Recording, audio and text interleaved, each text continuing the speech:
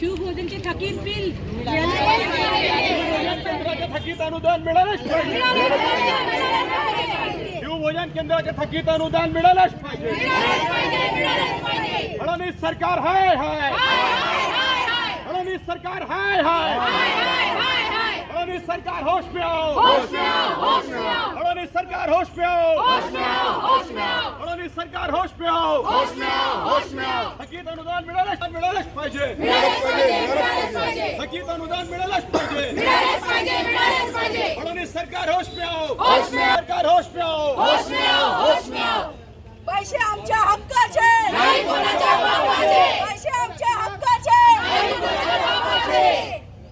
आम्ही हात जोडून एकच विनंती करते की आता आम्ही गरिबांना जेवण चारून आम्ही कर्जबाजारी जे काही व्हायचं ते आम्ही झालो, पण आता आमची संधी अशी आहे की आज आमच्याही जीवाकडे त्यांनी पाहावं। आम्ही बी आता रस्त्यावरच आल्यासारखं झालो आणि एकतर्फे असं झालं की आज आम्ही आमच्या जीवावर उद्धार झालो की आमच्या जीव जाण्याची पारी येऊन राहिली आहे, पण सरकार आताही होशच जागीत नाही आहे। असं झालं पाहिजे का की एखाद्या शिवभोजनवाल्याने आत्महत्या केली का, हे कर्जबाजारी होऊन गेले का?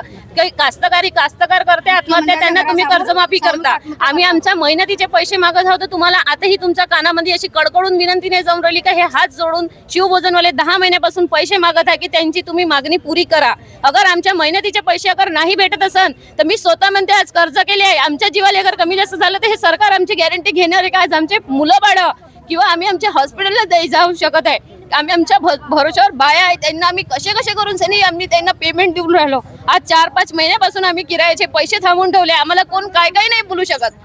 कोणी आम्हाला हे बोलन ते बोलन, आम्ही सगळं सहन करत आहोत। गरिबांना आम्ही जेवण चारतो, अशा आतुरतेने वाट बघत बसते शिवभोजनच्या समोर की आज तुमचे शिवभोजन का बरं बंद आहे बा म्हणून। पण आम्ही चांगलं ते शिवभोजन मध्ये ते गरिबांना आम्ही चारत आहोत ते आम्ही स्वतः खात आहोत। वाटलंच तुम्हाला असं वाटत असेल की भोगस काही काम असेल तर तुम्ही या एक शिवभोजनची जानकारी करा किंवा तपासणी करा, झाडपडताळ करा आणि त्याच्यानंतर तुम्ही त्यांना द्या। कोणी हरामाचे पैसे नाही मागत आहे, आम्ही आमच्या स्वतःच्या मेहनतीचे पैसे मागासाठी आम्हाला या दारी त्या दारी दादारी तुम्ही भटकून राहिले का बरं?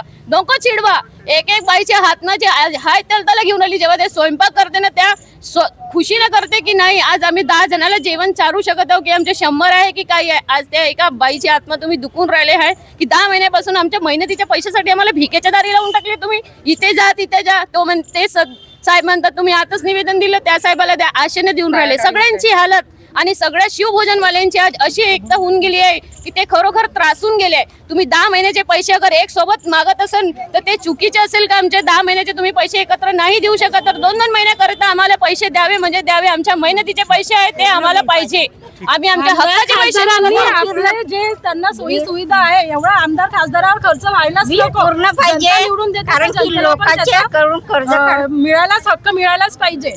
तुम्ही तुमच्या जे आहे तुमचं जे काही तुमच्यावर एवढा जो खर्च होत आहे तो कमी करा आणि आमचे पैसे द्या। लाडक्या बहिणीची नाही एक बाईट मला हे म्हणायचं, आमच्या शिवभोजनच्या बचत गटाच्या महिला भगिनींना सुद्धा आपण थकीत बिल ताबडतोब द्यावं ही मागणी घेऊन आम्ही डिव्हिजनल कमिशनर ऑफिस येथे माननीय पालकमंत्र्यांना निवेदन करण्यासाठी, हे शहर माननीय मुख्यमंत्र्यांचं आहे, देवाभाऊंचं शहर आहे, ते राज्यात त्यांचं मोठं नाव आहे, परंतु जर त्यांच्या शहरातले लोक जर उपाशी राहत असतील तर ही त्यांच्यासाठी फार लाजिरवाणी गोष्ट आहे।